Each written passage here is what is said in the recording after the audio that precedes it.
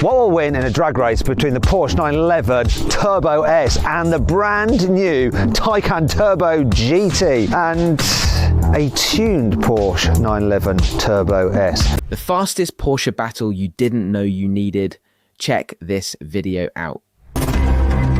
This is the Taycan's new flagship, designed to take Porsche's electric saloon to extremes not previously seen, with upgraded aerodynamics, weight reduction, and enormous power figures of the sort that would make even a hypercar feel slightly inadequate. So, listen to this.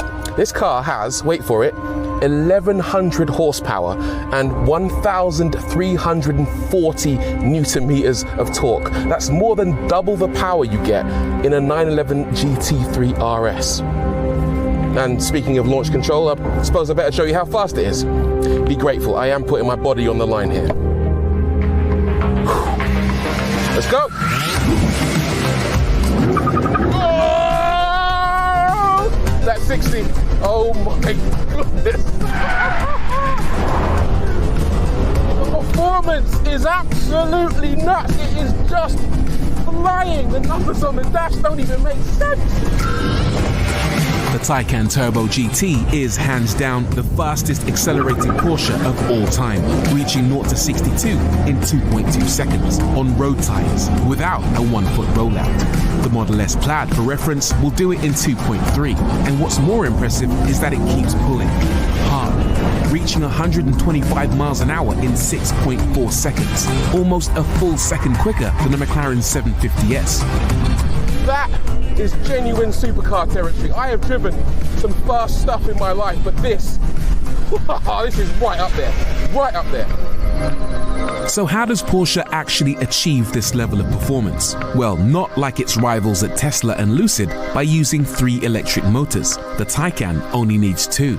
It uses the same front motor as the Turbo S, albeit with different power electronics to allow more energy to be released. The batteries are from the Turbo S too, but in this generation of Taycan, it now features a partly carbon fiber casing and optimized electronic hardware such as fuses to reduce weight. Around the back, it again borrows the motor from the new heavily updated Turbo S, but sat on top is a larger, more powerful pulse inverter that can supply a maximum current of 900 amps rather than the 600 amps in the Turbo S, allowing for more power. In normal driving, it makes 788 PS. During launch control, that rises to 1100 for 2 seconds, before falling back to 1033 for the remainder of the launch. If that particular sequence of numbers is a bit confusing to you, then let me add a few more to the pile. So as standard, this car makes 788 PS, but it's also got attack mode. Push the button on the steering wheel or pull the paddle behind the wheel and it boosts it to 951 for a total of 10 seconds. Once that 10 seconds has elapsed, you can then wait 4 seconds for it to reset itself and cool down, and then you can pull it all over again. So when people ask you how much power your fancy new Taycan GT makes, you can say, well, it always depends. A lot. This Porsche Taycan GT obliterates expectations with engineering that blends lightweight materials, insane torque, and a clever 2-motor system that outperforms rivals using 3. The 900 amp pulse inverter and attack mode boost highlight Porsche's precision tuning to deliver power in both bursts and sustained pulls. These performance numbers place it alongside the fastest supercars on the planet, not just the electric cars, but all cars. The carbon fiber battery casing also shows a clear focus on weight reduction, crucial for track-ready dynamics. This is more than a saloon. It's a serious contender in the electric supercar wars. Now, normally when I review a car, I would start off by standing in front of an engine showing you what it looks like. This is a Porsche and they like to hide what this engine looks like. Anyway, but you do get this thing here with 2 fans either side, Turbo S in the middle, something for your oil and coolant. That's it. Under here somewhere though is a 3.7 flat 6 engine, 642 horsepower, 800 Newton meters of torque. That's a 69 horsepower increase over the older Turbo S. How have they done that? 2 new turbocharger, different charge coolers and more intakes. Top speed of this car, 205 miles per hour, and Porsche says it'll deliver you in 0 to 60 time of 2.7 seconds Porsche are very conservative about their times.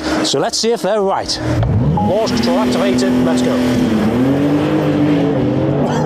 Oh, wait, 2.51! No way! It's quicker than a 1,000 horsepower BMW M3. That's insane, 2.51. Tom Wrigley, you can't have that. You're going to have to turn that M3 Touring up.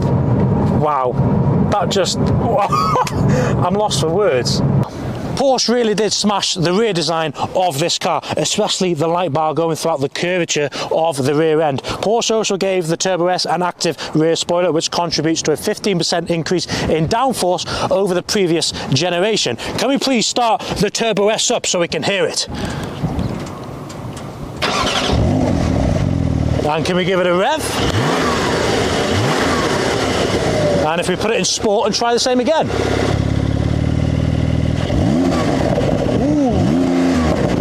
Ooh, very nice, pops and bangs.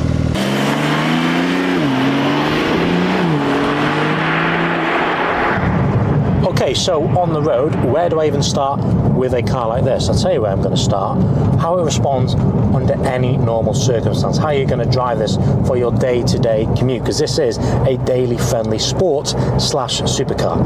Actually saying that, is this car a supercar or sports car? I think it's a sports car with supercar performance, but it's so easy to drive. The seats are really comfortable, the suspension isn't too firm. I would happily drive this from the day. One thing I will say about these cars is that they're too clinical. They're too good at everything. The way it delivers the power, it's effortless. In a corner, it's amazing. When you come to a corner, you apply brake. Thanks to those carbon ceramic brakes, you really can feel the G-force this generates under braking. And it does all this without breaking a sweat. And it says back to you, I'm here all day, you will not tire me out. Okay, sorry, Mr. Turbo S. I didn't mean to offend you.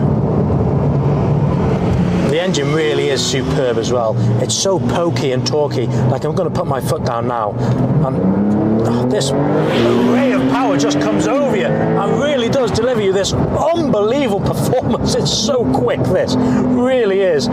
Huge improvement over the old 991. And that's a fast car as it is.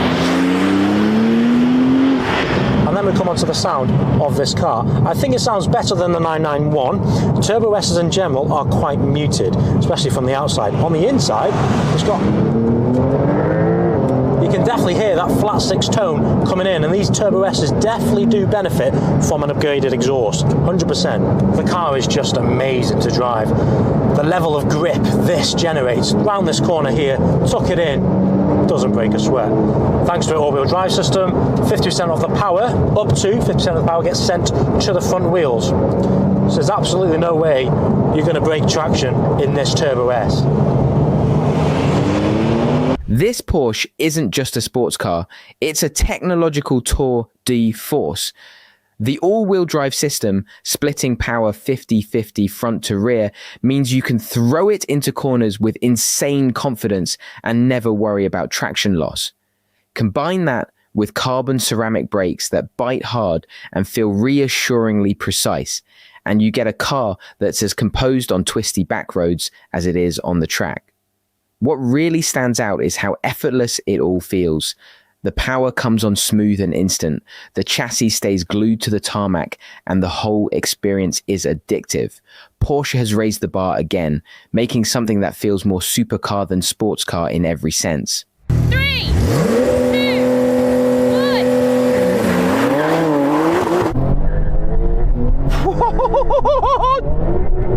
Come on!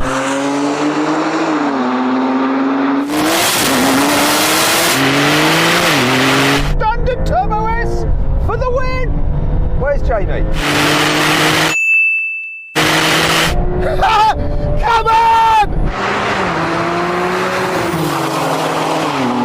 Oh no! I can't see him. Is he been? Where is he?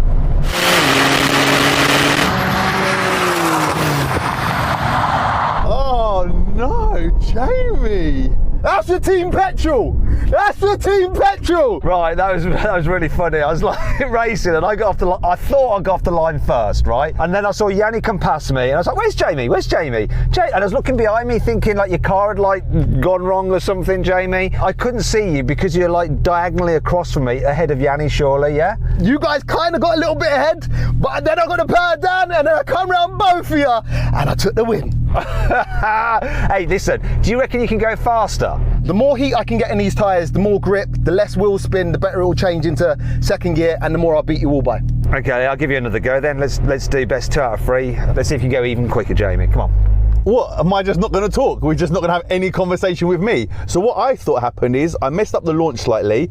Matt got a really good launch. I was well ahead of Jamie, and then he just rocketed past me, and then the flames are coming out the back. So that's what happened from my side. Thanks for asking. Well, Yanni, just to let you know, no one really cares about EV cars except from you. And also, flames coming out the back of this is a trait that you only get when your car burns dead dinosaurs, baby. What fuel are you running on your car, Jamie, little cheater? Literally just V-power, brother, just V-power. But I do think some of the fumes have clearly entered the cabin because it sounds like he's off his face. Exactly, Matt, exactly. 3, 2, 1. Oh, I didn't change gear.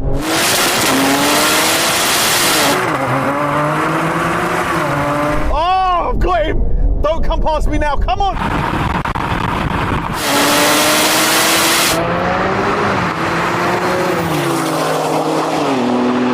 oh, I'm gonna have Jamie. Come on, no, I'm not. Get to the end.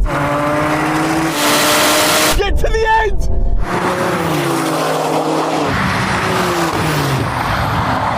Yeah!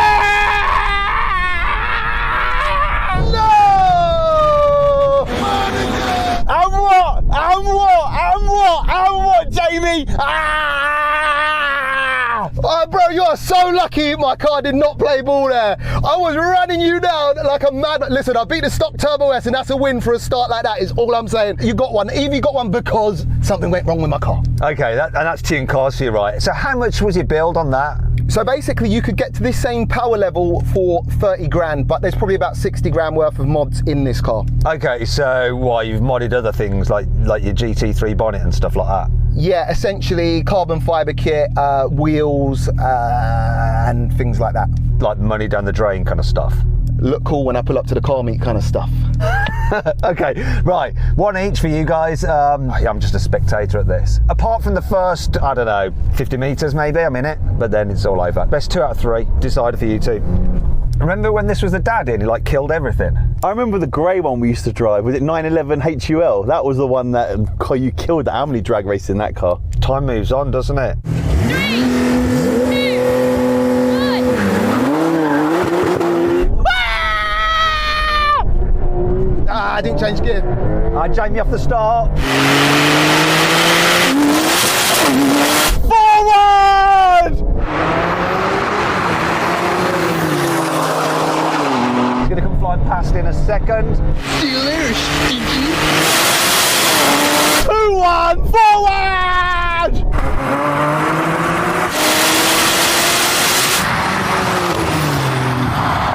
Three, 2, 1, go. God, Jamie's just buggered off. What?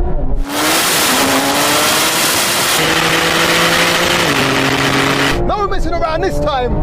And so is the Taycan Turbo GT.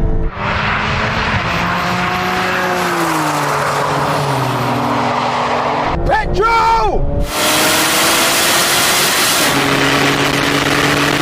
I mean, Jamie's just history. Yeah. Smoking.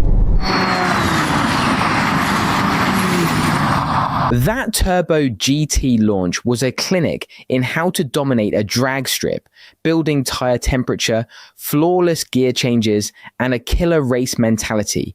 Beating a stock turbo isn't about more horsepower alone. It's about how you deploy it. These modded setups prove that smart tuning and race strategy can outpace raw factory power any day. This is what sets apart supercar enthusiasts who know their machines from casual drivers. Every detail counts when you're chasing that win.